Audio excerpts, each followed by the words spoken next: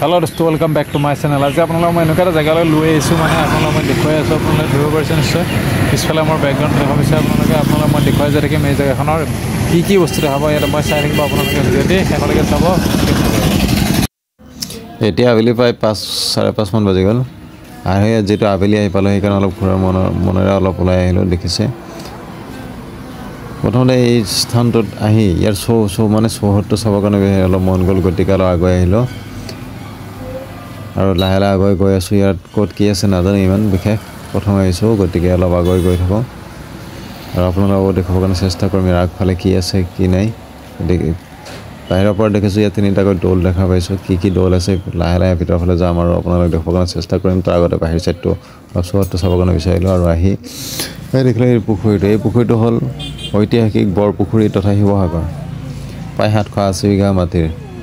এক বিশাল পুখুৰী এটো স্বৰ্গদেউ শিৱসিংহৰ দিনত হেৰি কৰা হৈছিল খন্দা হৈছিল শিৱসিংহৰ দ্বিতীয় পত্নী যাক আমি কি বুলি কয় দুৰ্পদী অৰ্থাৎ যাক অম্বিকা কোঁৱৰী নামেৰে হেৰি কৰা হৈছিল আৰু তেওঁৰ নিৰ্দেশ মৰ্মে এই পুখুৰী আৰু এই দৌল ইয়াৰ পৰা পুখুৰীটোৰ পৰা যি তিনিটা আমি দৌল দেখা পাইছো এই দৌলকেইটা নিৰ্মাণ কাৰ্য হেৰি কৰা হৈছিল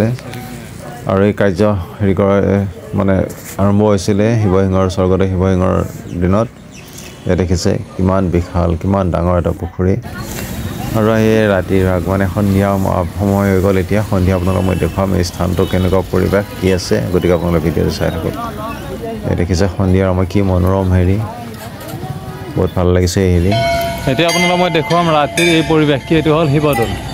কি দৌল এইটো শিৱদৌল শিৱসাগৰত যিটো শিৱদৌল আছে শিৱদৌলটো আপোনালোকৰ ৰাতিৰ মনোৰম দৃশ্য আপোনালোকক মই দেখুৱাব বিচাৰিছোঁ গতিকে চাই দেখুৱাব আপোনালোকে দেখিছে এয়া হ'ল ৰাতিৰ দৃশ্যপট শিৱদৌলৰ ইয়াৰ দূৰতে আছে এইটো দেৱীদৌল আপোনালোকে দিনৰ ভাগত মই সম্পূৰ্ণ ক্লিয়াৰ দেখাইছোঁ এতিয়া মই কেৱল ৰাতিৰ পৰিৱেশটো দেখাব বিচাৰিছোঁ আৰু এইফালে আছে বিষ্ণুদৌল গতিকে আপোনালোকে গোটেই ভিতৰলৈকে গৈ আছোঁ আৰু আপোনালোকক মই দেখুৱাইছোঁ ৰাতি কেনেকুৱা হয় পৰিৱেশ এয়া হ'ল শিৱদৌলৰ মুখ্য উপাসনাস্থল দেখিছে ইয়াত মহাদেৱক পূজা কৰা হয় আৰু এই মূল স্থানটো এইটো আপোনালোক মই একদম ভিতৰ প্ৰণাম কৰিলোঁ এতিয়া আমি আকৌ চাওঁ এতিয়া ৰাতিৰ পৰিৱেশ 1731 খ্ৰীষ্টাব্দতে নিৰ্মাণ কৰা এই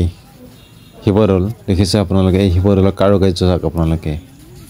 1731 চনত খ্ৰীষ্টাব্দতে ইয়াক কি কৰা হৈছিল নিৰ্মাণ কৰা হৈছিল আৰু এই হেৰিত দেখিছে আপোনালোকে ইয়াৰ নিৰ্মাণ কাৰ্য বা নিৰ্মাণ কৌশল কেনেকুৱা হেৰি আছিলে আৰু এই হেৰিটো শিৱদৌলটো অসমত সকলোবোৰ দৌলতকৈ আটাইতকৈ ওখ দৌল বুলি কোৱা হয় আৰু ইয়াৰ উচ্চতা প্ৰায় 180 ফুট আৰু ইয়াৰ প্ৰস্থ 195 ফুট আৰু ইয়াৰ যিটো কলচী আছে কলচীৰ উচ্চতা দেখিছে এই কলচীটো আছিল কিমান প্ৰায় 8 ফুট উচ্চতাৰ এই কলচীটো 1950 চনৰ এক ভূমিকম্পৰ ফলত যদি কলচীটো হেৰি হৈছিল পৰি গৈছিল তথাপি ইয়াক পুনৰ নিৰ্মাণ কৰা হৈছে আৰু এই কলচীটো মানুহসকলে ইয়াত থকা সোণৰ কাৰণে এক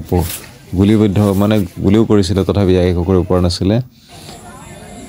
আৰু এয়া হ'ল শিৱদৌলৰ ওচৰত থকা দেৱীদৌল এই দেৱীদৌলৰ দৃশ্য এয়া ৰাতিৰ দৃশ্য এয়া দেৱীদৌলৰ দেখিছে ভক্তৰ সমাগম দেখিছে ৰাতিও আছে ইয়াতে হেৰি আৰু ইয়াৰ ওচৰতে আছে বিষ্ণুদৌল শিৱদৌলৰ লগতে অৰ্থাৎ শিৱদৌল দুৰ্গাৰ মানে দেৱীদৌল আৰু কি আছে বিষ্ণুদৌল তিনিটাকৈ দৌল আছে ইয়াতে একেটা স্থানতে নিশ্চয় আপোনালোকে হেৰিটো চাই ভাল লাগিছে আৰু এই প্ৰাচীন দৌলটো নিশ্চয় আপোনালোকে দেখি ভাল লাগিছে যিসকলে গৈছে তেওঁলোকে নিশ্চয় কমেণ্ট কৰিব আৰু যিসকলে এতিয়ালৈকে যোৱা নাই তেওঁলোকে নিশ্চয় ভিডিঅ'টো চাই ভাল পালে আপোনালোকে চাই থাকক এই ভিতৰ ভাগ সম্পূৰ্ণ দেখিছে ইয়াত এনেকৈ আপুনি সোমাই যাব লাগিব এই দুৱাৰবিলাক আৰু গৈ আপোনাক অলপ আগতে দেখুৱাই অহা মূল মুখ্য হেৰিটো পাব আপোনালোকে দান পাত্ৰ এইকেইটা আপুনি ভিতৰৰ ফালে সোমাই গ'লে দেখিব আৰু এতিয়া আপোনালোকে দেখোন দিনৰ ভাগৰ দৃশ্য ৰাতিপুৱাৰ ভাগৰ শিৱদৌল ইয়াৰ লগতে আছে এইফালে দেৱীদৌল আছে এইটো দেখিছে দেৱীদৌলটো ৰাতি দেখুৱাইছিলোঁ মই আৰু ইয়াৰ কাষতে আছে ইয়াৰ অপজিট চাইডত আছে আপোনাৰ শিৱদৌল থেংক ইউ ফৰ ৱাচিং মাই ভিডিঅ' থেংক ইউ